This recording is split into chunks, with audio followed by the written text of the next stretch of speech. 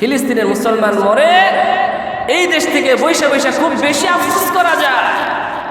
বাংলাদেশের দুজন হাফেজকে এই যে কত কয়েকদিন আগে নৃশংসভাবে হিন্দুরা যে উগ্রবাদী হিন্দুরা যে তাকে হত্যা করেছে, আজকে পর্যন্ত তার কোনো বিচার হয় না।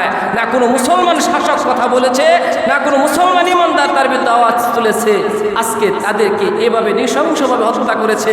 মুসলমান সাবধান থাকেন, আর একটু অপেক্ষা করেন, আপনাদের সামনে আবার আসতেছে ওই ফিলিস্তিনিদেরকে যেভাবে হত্যা করা হচ্ছে, আপনাদের সামনে সেই পরিস্থিতি আসতেছে, অপেক্ষা করে।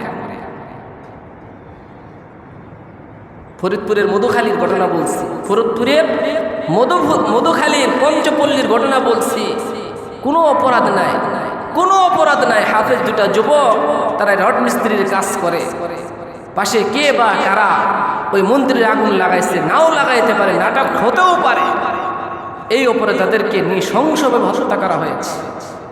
আজকে প্রশাসন কোনো কথা বলে না। ওই এলাকার এমপি বলে আমরা শান্তিপ্রিয় মানুষ, কোনো প্রতিবাদ করা যাবে না, আমরা কোনো শান্তি চাই, আমরা প্রতিবাদ করতে পারব না। মুসলমান এই পরিস্থিতি হয়ে যাইতেছে, দুঃখ লাগে যে আমাদের আল্লাহ অথচ কোরআনে কারিমের ভিতরে বলছে, মান কতালা নাফসাম বিগাইরি নাফসিন আও ফাসাদিন ফিল আরদি ফাকাতালা আন-নাস জামিআ। একজন নিরপরাধ মানুষকে, তার কোনো অপরাধ নাই, এরকম একজন নিরপরাধ মানুষকে যদি হত্যা করা হয়, সে যেন পুরা মানবতাকেই সে হত্যা করে দিল। কি মনে করে? হযরত উমর ফারুক রাদিয়াল্লাহু তাআলা আনহু একজন মানুষকে হত্যা করার অপরাধে, হযরত উমর ফারুক রাদিয়াল্লাহু তাআলা আনহুর জামানায় একজন মুসলমানকে হত্যার অপরাধে তিনি এক এলাকার প্রায় 16-17 জন মানুষকে তিনি হত্যা করছেন। সবাইকে ফাঁসির কাষ্ঠে ঝুলাইছেন, কতল করে দিচ্ছেন। পরে ঘোষণা করছিলেন, এই ব্যক্তির হত্যা যজ্ঞের পিছনে যদি পুরা হেজাজবাসীও যদি শরীক থাকতো, আমি এর খুনের বদলায় পুরা হেজাজবাসীর সবাইকেই ফাঁসি দিয়ে দিতাম। একটা নিরপরাধ মানুষের একটা ইমানের দ্বারের দাম আছে। কথা বলার সময় নাই, সুযোগ নাই, বলতে পারলাম না। আজকে আমার মসজিদে অনেকগুলো যাচ্ছে, দুঃখ লাগে। মুসলমান আজকে আমরা কোন পর্যায়ে চলে আসছি? মোহতারাম হাজিরিন, আল্লাহ রাসূল সাল্লাল্লাহু আলাইহি ওয়াসাল্লামকে যখন প্রশ্ন করেছে, তাইলে কি আমাদের সংখ্যায় আমরা কম হব কিনা? আমরা তো সংখ্যায় বেশি হব, ওই যে সংখ্যালঘু এরা তো কম হবে সংখ্যায়। কিন্তু মুসলমান আমাদের ইমানি হালত এমন দুর্বল হবে, এমন দুর্বল হবে, আমরা যেন প্রতিবাদ করবার কোনো বাসায় আমাদের থাকবে না। আমরা কোনো প্রতিরোধ আমরাও করতে পারবো না, প্রতিরোধ গড়ে তুলতে পারবো না।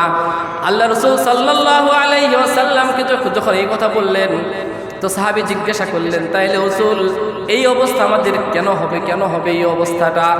আমরা সংখ্যায়ও বেশি থাকবো, আমাদের সংখ্যাও বেশি হবে, আমাদের সম্পদও বেশি থাকবে, সব কিছুতে আমরা এরকম পরিপূর্ণ থাকবো, তারপরেও কেন আমাদের ইমানি হালত এমন হবে, আমাদের অবস্থা এমন হবে, আমরা তাদের বিরুদ্ধে কোনো প্রতিবাদ করতে পারবো না?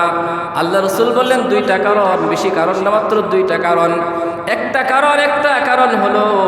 একটা কারণ হলো তোমরা দুনিয়ার ভিতরে মজে যাবে, দুনিয়াকে প্রাধান্য দিতে থাকবে, দুনিয়ার ভিতরে একদম মজে যাবে, দুনিয়া করতে করতে জীবনটাকে শেষ করে দিবে।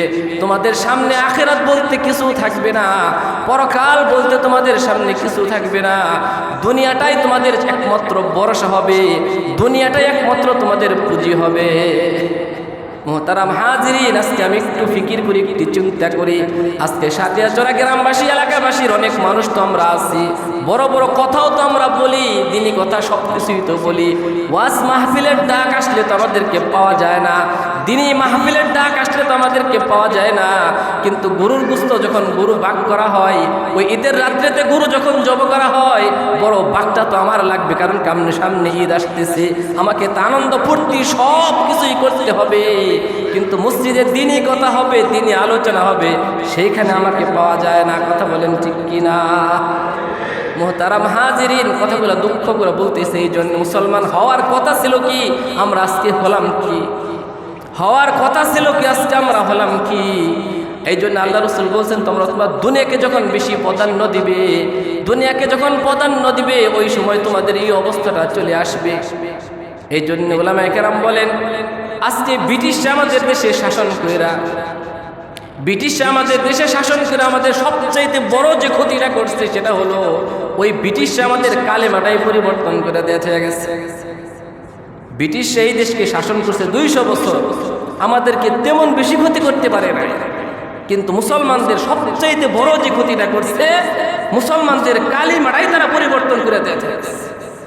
কোনো সময় ভাবছেন? কোনো সময় ভাবেন না।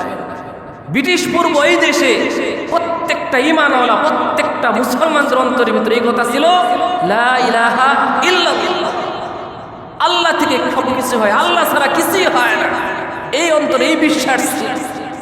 কিন্তু ব্রিটিশ আমাদের এই দেশে এমন এক শিক্ষা ব্যবস্থা দিয়ে গেছে, এখন সব শিক্ষিতরা একই চিন্তা, লা ইলাহা ইল্লাল মাইয়া ওয়াল বতন।